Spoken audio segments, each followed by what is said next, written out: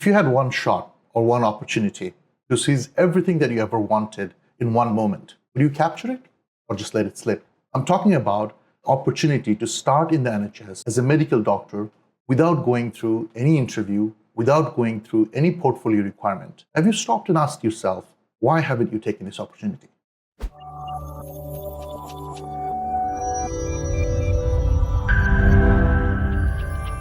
Hi everyone, my name is Ibrahim, and today we're going to talk about starting in the NHS in a training job directly. Before you tell me to stop and say that, oh, this is a horrible idea, let me talk about all the doctors who have already done this and integrated successfully in the NHS over the last more than 5 years. Because since the RLMT was lifted in 2019, this opportunity was possible for doctors to apply to a training program directly from abroad. And personally, I have known hundreds of doctors who have taken this opportunity and now even progressed farther into their career, where they have completed the training program they have started and taken subsequent jobs in NHS. Now, you may limit yourself thinking, I may not be able to progress that far, or there would be other barriers that are on the way that I have heard a lot of people talk about, and do whatever you're doing, or take a step forward and think about this opportunity and explore more with us today. Now, we all know there are several types of jobs in the NHS when an international medical graduate gets GMC full registration. And the one thing that is not often talked about is this: starting into a training job directly. Usually, the training jobs are the most structured way of progressing into a specialty and achieving that certificate of completion of training and basically receiving the specialist registration under GMC.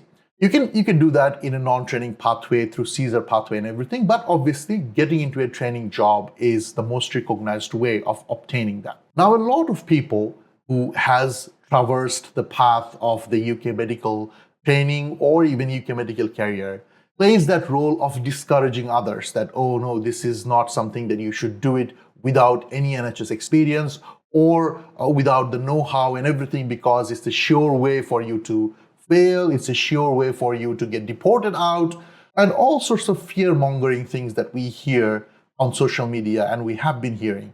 But the fact is, these are not true.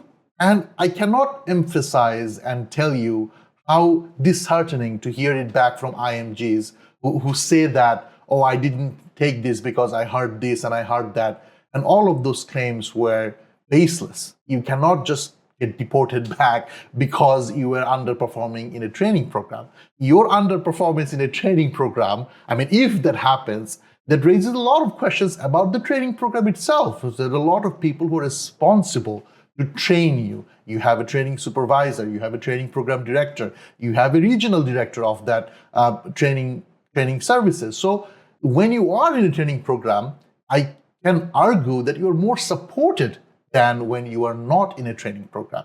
But that's a discussion for another day. Let's talk about how you can do that, how you can take this opportunity. Let's take a step back. So obviously, the first criteria for you to fulfill to work in the UK as a doctor is you have to be GMC registered. That's out of the question. Now, how do you obtain GMC full registration? That's not relevant to this training program. You just have to obtain GMC full registration. Now, in order to be eligible to apply for any training program which is at the level of CT1 or ST1, that means at a residency level, you have to have at least 12 months of work experience as a registered doctor anywhere in the world. So now you can have, after your internship is completed, you can have 12 months in any medical specialty as a registered doctor in your country, or it could be multiple countries, but you have to be registered doctor experience. That is the only requirement to be eligible to apply for a GP training or psychiatry training or any of this training that we're talking about, which is starting at CT1, ST1 level. Now, this 12 months of experience doesn't have to be at the point of application. Again, the application of these training programs all starts in November of the year, and the training actually is starting from August next year. November 2025 is knocking at the door. So this is the most ideal time for you to have a think about it, like, whether I should do this and take this opportunity. So November is the time that you have to apply for this training program, and up until the next year, August, there will be some recruitment process going on, and your job, if you're successful, your job will start from August next year of that November. At that November, you don't have to have 12 months. You actually have to have 12 months of experience by the time it's August next year. If at November you have 3 months of experience, that is still possible for you to apply if you foresee that you would be employed up until next August. So that would be 12 months of experience. So you see, you have to just know at what time point your previous job started, so the current job started. If a job started before the August of this current year and you plan to be employed up until the next August, there you go, you have 12 months of experience before the job starts. And obviously, if at the time of November you have more than 1 year experience already, you're golden, right? And that experience has to be translated to a CREST form. So CREST form is a certificate of readiness to enter specialty training. Whoever was your supervisor during that registered work experience that you are showing just have to sign that form for you, and they have to provide the evidence they are a specialist or a consultant post in that country that you are being supervised in. And then those are the only requirements for you to apply in this November. Now, which specialties are we talking about? The specialties which are open for all, without any interview, without any portfolio requirement, are general practice and psychiatry. Obviously, I'll go a bit more into detail later on about what's the prospect of these specialties and what if you don't want to do this in the long term. We can all talk about this later on. But these are the only 2 specialty recruitment which does not have any interview, which does not have any portfolio requirement. And the only requirement is you have to take an exam which is called MSRA as a part of the recruitment. So what's the timeline look like? November, you apply with your GMC registration, full registration and license to practice, and your CREST form signed, and they give you a slot to book your MSRA, and then you take the MSRA exam, the results come out, you are above the cutoff mark, you get a job, and you start the job in August. As simple as that. You might not believe me, but trust me, hundreds and hundreds of international doctors have already done that since 2019. And if you don't know about it, then I have a serious question about how you're planning your UK career. Okay, so let's move on towards this GP and psychiatry. General practice in the UK, you may be aware of it, but it could be very different from your country. At least in my country, when you are a medical graduate, you're basically a general practitioner. You don't have to do extra training to become a GP, but this is not the case in the UK. Or even in the US, this is called family medicine. In Australia and New Zealand, they're all called general practitioner. In Canada as well.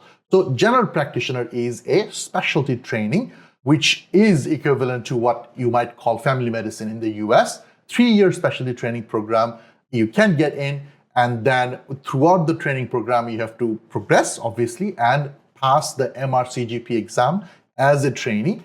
And after 3 years of training program and successful completion of MRCGP and other training requirements, you are considered as a general practitioner, which is a CCT, which is a registration that you get by GMC that you are a GP. Then you can independently work as a GP, or you can work as a salaried GP. You can work technically everywhere. You can work in a primary care setting, you can work in a secondary care setting in emergency medicine, you can work in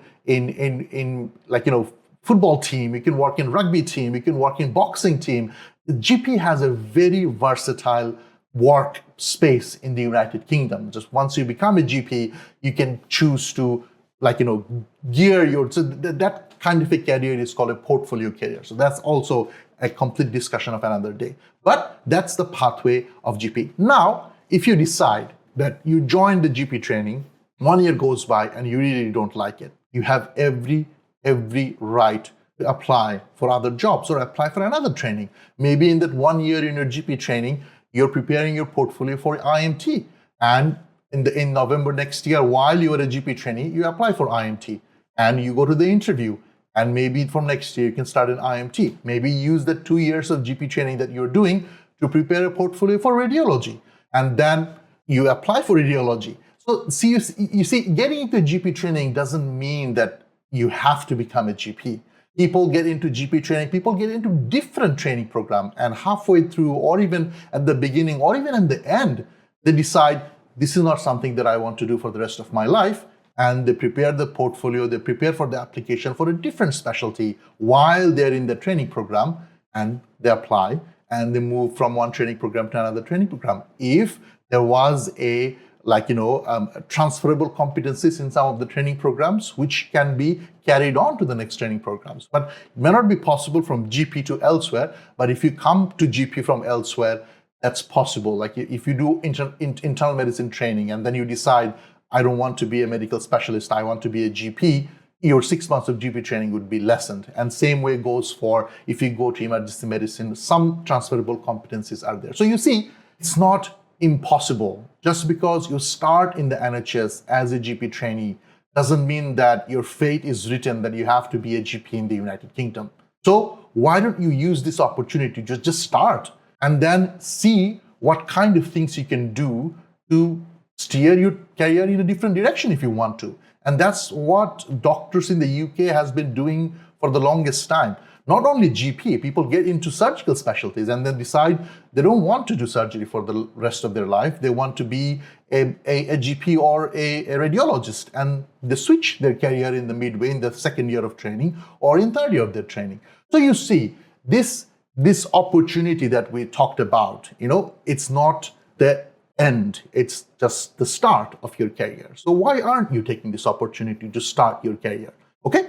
The next one is psychiatry. Obviously, GP and psychiatry are completely two different paths, but goes for the same thing. You join psychiatry. If you feel like that's not for you, then you can always explore other areas of your specialty that you can apply for by doing some groundwork and preparing for that specialty training, which might involve preparing with a portfolio or for an exam or for an interview. And talking about an interview, if you're that kind of person whose palms get sweaty, whose arms get heavy, whose knees get weak, and there's vomit on your sweater already, which is your mom's spaghetti, in that case, this is obviously the ideal path for you. So keep your ears and eyes open. Obviously, ask questions. Do your research about how to join this, when to apply, what are the things that needs to get done at what point of time, so that you can avail this opportunity of starting in the NHS as a doctor without going through any hassle of interview, without going through a hassle of making your portfolio strong. Just one exam, MSRA, which is not a pass-fail, which is a score-based exam. So put 100%, 110% effort on that exam to score higher so that you can get a job and start in the UK as a doctor. What's stopping you? I'm going to end this video by saying that you don't have to lose yourself in the path of navigating your career in the UK. There are several ways which are straight and narrow and forward. You just have to focus on the things that you have to achieve, and you can start in the UK as a doctor. As always, if you have any questions, please do ask. You can always book a personalized session with us where we can discuss all of those milestones that you need to achieve from a personal case-by-case basis. Follow us on our social media. Thank you for watching.